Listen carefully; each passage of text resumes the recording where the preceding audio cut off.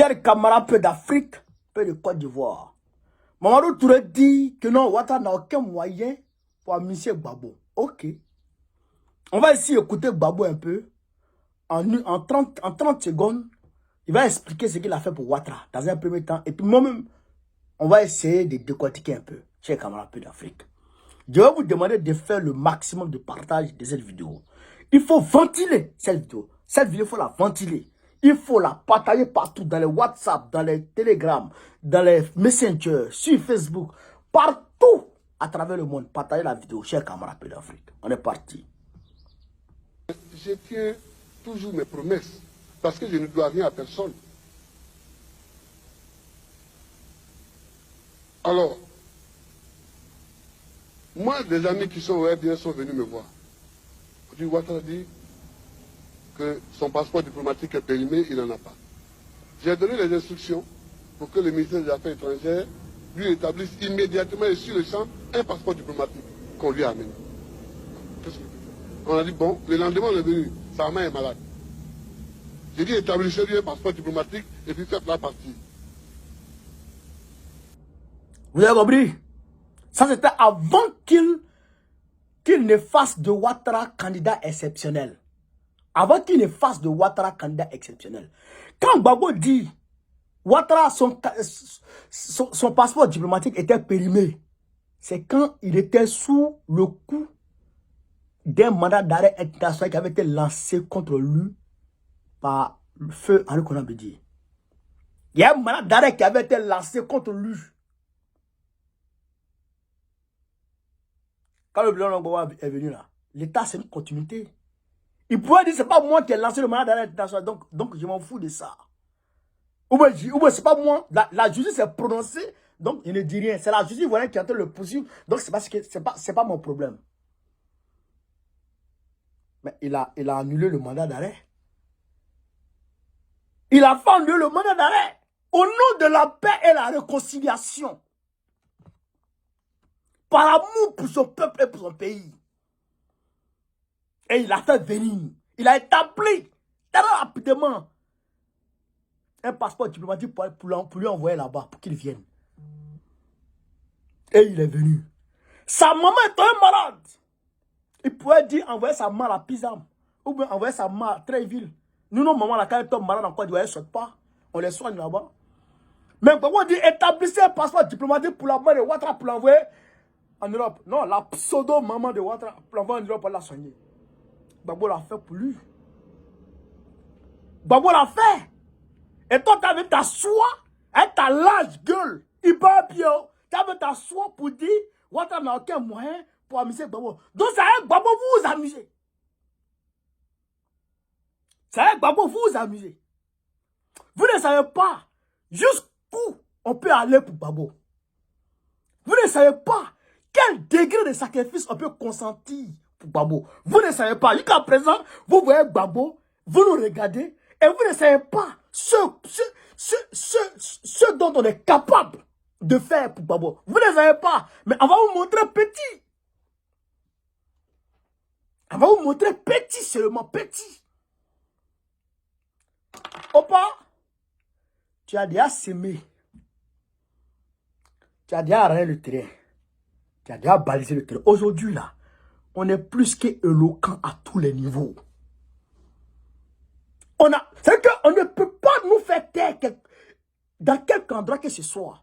Sur quelque tribune que ce soit. Parce que Gbagbo a tout fait. Il nous permet aujourd'hui de parler. Il a fait hier ce qu'il demande aujourd'hui. En 2005, les anciens présidents d'institutions, avant 2005, ils n'étaient pas payés. Il n'y avait pas de rente viagère. Mais Gbagbo a établi ça. Alors qu'il était président, il payait Bédié, il payait sa femme, il payait Ouattara, il payait sa femme. Parce qu'il était premier ministre de Côte d'Ivoire. Il a donné rente viagère chaque mois. Il a donné l'argent pour ne pas que nos anciens présidents d'institutions et nos anciens premiers ministres soient dans une précarité et qu'on dise, ah, là, c'est un ancien président, c'est une ancienne personnalité du PDC, de la Côte d'Ivoire. Mais aujourd'hui, Soro Guillaume, Il reçoit sa rente viagère.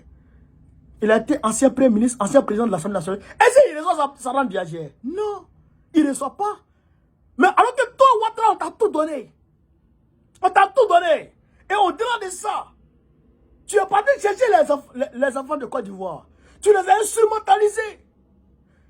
Tu les as fait accompagner par des enfants burkinabés, par des enfants maliens, par des enfants guinéens. Instrumentalisés à leur tour. Pour les jeter sur la Côte d'Ivoire, pour enterrer les Ivoiriens. Tels des vampires. Pour enterrer les Ivoiriens. Parce que toi, tu as pensé, tu as saisi comme prétexte. Non, comme tu es Ivoire, comme tu es du Nord, donc on ne veut pas que tu sois là. Tu as régionalisé l'affaire. Tu es rentré dans une forme de religionalisme. C'est pas ça. Pour emmener les Ivoiriens à prendre les en compte leurs frères. Pour que toi, tu sois candidat. Et aujourd'hui, non seulement tu te bases, je dirais, un complot ourdi contre lui. Un acharnement juridique enclenché contre lui par ta personne. Tu te bases sur ça pour le condamner. Une condamnation dont lui-même, il n'a pas été informé, qui a été biaisé sur toute la ligne, qui a été faussé dans la forme comme dans le fond, à tous les niveaux. Parce qu'on sait que Gbagbo n'a pas braqué la BCEAO. C'est toi et tes éléments qui ont braqué les successeurs de la BCEAO qui étaient de l'autre côté. C'est ça qui est la vérité. La BCEAO demande Boaké et tout, Korogo et tout. C'est toi et tes éléments qui ont caché ça. Tu as eu l'argent de ça. C'est pas ça que tu as pris pour faire campagne. Hein? Et tout ça, tu as fait ça. Et celui qui a juste nationalisé. Et pourquoi les autres pays de la CEDEAO ne portent pas plainte contre Gbagbo? Pourquoi Dakar ne porte pas plainte contre Gbagbo?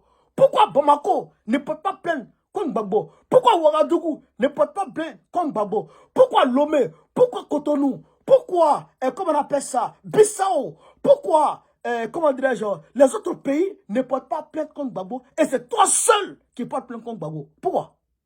Tu es le seul dans la BCEAO. Tu es le seul dans l'UEMOA. Tu es le seul dans l'UEMOA. Et Katina même, qui a été accusé comme, comment on appelle ça, l'auteur principal, et Gbagbo a été considéré comme complice. L'auteur principal a été amnistié. Gbagbo qui est complice là, il ne peut pas être amnistié. Si vous voulez, ne prenez pas vos lois d'amnistie. Gbagbo là, il va aller s'inscrire sur la liste électorale encore. Si vous êtes garçon, retirez son nom. Les survivants vont réparer la Côte d'Ivoire. Les survivants vont reconstruire ce pays. Parce que ça sera gâté. Ça sera gâté. Si vous êtes garçon, retenez son nom hors de la liste. Si vous êtes garçon, retenez son nom hors de la liste. Ne mettez pas son nom. Ne mettez pas son nom si vous êtes garçon. Vous avez pris les armes, non? Non, on va prendre armes. Non, on va prendre armes. Mais vous devez comprendre que même âme, souvent, âme devient petite face à certaines révolutions. Face à certaines révolutions. Comment? Tu avais tenté de papier maudit enfant. Enfant délinquant. Malheureux. Morveux. Trisomique. D'Agboloba. d'Adjedjougou. Avec ta soie pour dire non. Ouattara ne peut pas amicer Gbagbo. Ouattara a amicié Simone, il a amicié les 4 nez. C'est ton grand-père qui a amicié cela. Il a demandé, il est parti voir ta grand-mère pour faire... Il est parti voir ta grand-mère pour faire rituel avant de les amicier. Il y a eu une cérémonie de libation avant de les amicier. Il y a eu un code secret qui est caché quelque part qui permettait de les amicier. Et maintenant, comme ce code secret-là est perdu, donc il ne peut pas les amicier. Il ne peut pas Michel Gbagbo. Si vous n'êtes pas Michel Gbagbo, qui est la résolution politique de l'affaire, le dénouement heureux de l'affaire, si vous n'êtes pas Michel Gbagbo, Côte d'Ivoire là, les survivants vont reconstruire. Mais je sais que vous ne serez pas dedans. Je sais que vous ne serez pas dedans. Il y a des maudits comme ça, des voleurs. Des voleurs, des criminels. Vous voyez là des Ivoiriens. Les Ivoiriens n'arrivent pas à manger. Ils n'arrivent à rien faire. Vous leur rendez la vie infernale. Et leur espoir. Gbagbo est la seule chance, la seule et unique chance qui reste à la Côte d'Ivoire pour s'en sortir. Il est la seule chance qui reste à la Côte d'Ivoire de sortir des mains du Babylone. Gbagbo est la seule chance, la seule et unique chance qui nous reste. On ne va pas vous laisser détruire notre seule chance qui nous reste. Jamais. Autant Ibrahim Traoré est la seule chance aujourd'hui des Burkinabés. Assimi Goïta est la seule chance des Maliens. Thierry est la seule chance des Nigériens. Gbagbo est la seule chance des Ivoiriens. Lui là, c'est lui on veut. C'est lui qui a sa misère vie là. C'est lui qui a sa misère vie là. Vous ne savez pas ce qu'on est. Vous ne savez pas jusqu'à où on est prêt pour aller avec Gbagbo. Vous ne pouvez pas savoir. Vous ne pouvez pas savoir. Mais vous allez prendre drap incessamment. Chers camarades de l'Afrique, voilà ce que je voulais vous dire. Donc, je vous demande de partager au maximum la vidéo, de mettre partout à travers le monde entier. Sur ce, vive l'Afrique libre, vive le panafricanisme, vive tous les programmes africains. Gbagbo, président de la République de 2025. On est ensemble.